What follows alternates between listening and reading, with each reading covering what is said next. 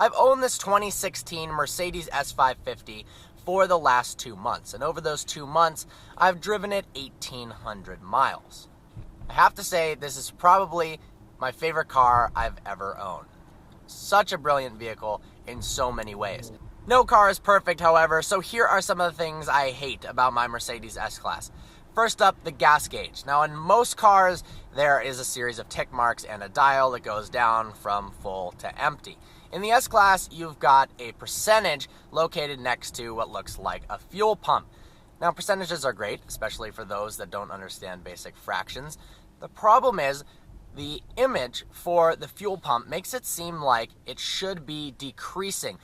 It's got a little black rectangle at the top of it that seems like the fuel level is 75%. You're used to either seeing a fuel level drop like this or a dial, so it's a bit confusing, and it's kind of so counterintuitive that you often forget to look at the percentage and you don't know how much gas is left. And then when you hit 10%, you get an indication, and when you get super low, all it shows you is a picture of an S-Class being filled up at a gas station. It doesn't tell you how many miles are left. Not very helpful. Going along with that, the gas mileage is horrible. This is a daily driver. Obviously, you know, when you're buying a huge luxury vehicle, you're not caring a ton about gas mileage, but because it is probably most people's daily drivers, it does matter. I average 14.1 miles per gallon. 14.1 is terrible, especially with a downsized twin-turbo engine and a fancy 7-speed transmission. I would have thought it would be better than that. The S-Class obviously has memory seats. It even has memory seats for the passenger, which is nice because, well, when Eddie sits in the passenger seat, he needs a lot of legroom, and then Eddie with a wig needs a lot less legroom. The problem is, you have to press and hold the memory buttons to return the seat to its position. Instead of, I save mine as memory 1, instead of being able to click 1 and having that put it to the correct position, you actually have to press and hold. So if the seat is really far, really different, it's kind of, you have to hold it for a long time and often a little bit uncomfortable. There's no reason why they couldn't have just made it so that you click the button once and it moves the seat to the correct position.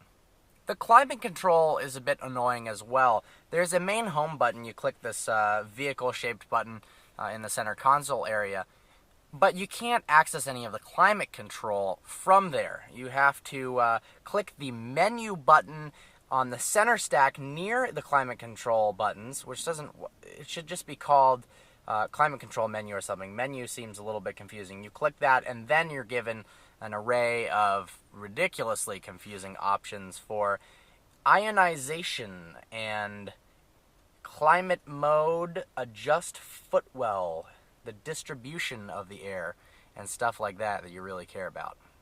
It has a V8, but you can't hear it. When you floor it, it doesn't have a nice exhaust note whatsoever. In fact, the only time you can really hear it is if you're on the outside of the car when it's really cold out and you're doing a cold start.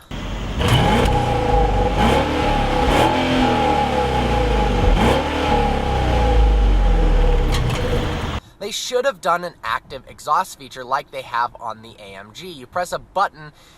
Normally, let's say, it's a luxury car, so you keep it quiet, but the AMGs have a button that you can press if you want to hear the exhaust note. And with a big V8 engine, I certainly miss it. I hate the clock in this thing. Now, I love watches a lot, so having an analog clock is a welcomed addition to the interior. However, the styling is horrible, especially compared to the IWC upgrade in the AMG models. It looks so much better. I wish they could have just incorporated that in the lower end models. It's just kind of tacky, in my opinion.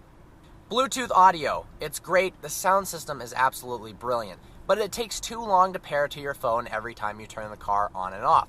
When you hop into the car, you can click the radio and instantly it's fired up. You'd think with nowadays technology, if you got into the car, within 5 or 10 seconds of you turning it on, you could be listening to your Bluetooth music. Unfortunately, it takes a really long time, sometimes upwards of 30 seconds or a minute, for it to start playing songs. I don't know.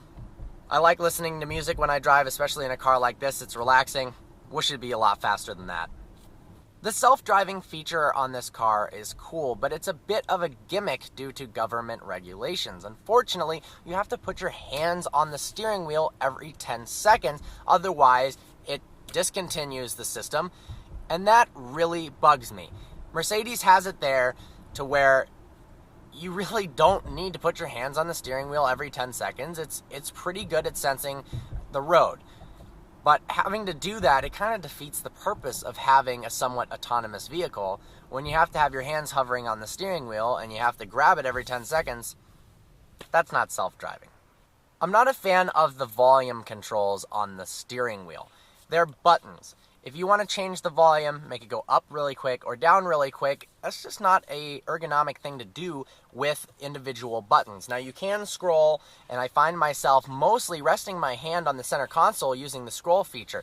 Now Audi, like in the A8L, has a scroller on the actual steering wheel itself to change the volume. Mercedes, you should integrate that. The S-Class is extremely expensive. This one was $118,900.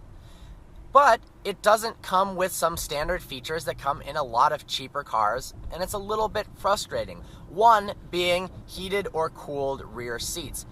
You can get cars nowadays for so much cheaper that have heated rear seats. Now, yes, I could have paid to get that option, but come on, for 120 grand, it should have heated rear seats. Also, Mercedes, this isn't a thing that's offered on Mercedes vehicles. It was brought up to me that it has something to do with European emissions regulations, but it doesn't have remote start. Now, I believe there's some aftermarket options, but they're extremely expensive. It would be nice, especially in a colder climate like I'm in Michigan, to be able to turn the car on, get the interior warmed up before you go inside. Sometimes when it's negative 10 degrees out and I have to leave the car outside for a little bit, when I come back, I am freezing inside. Remote start would fix that entirely. Well, there you have it. Pretty nitpicky things. I love this car to death. Hope you found this video informative. Like always, please browse our channel and subscribe. I look forward to seeing you next video.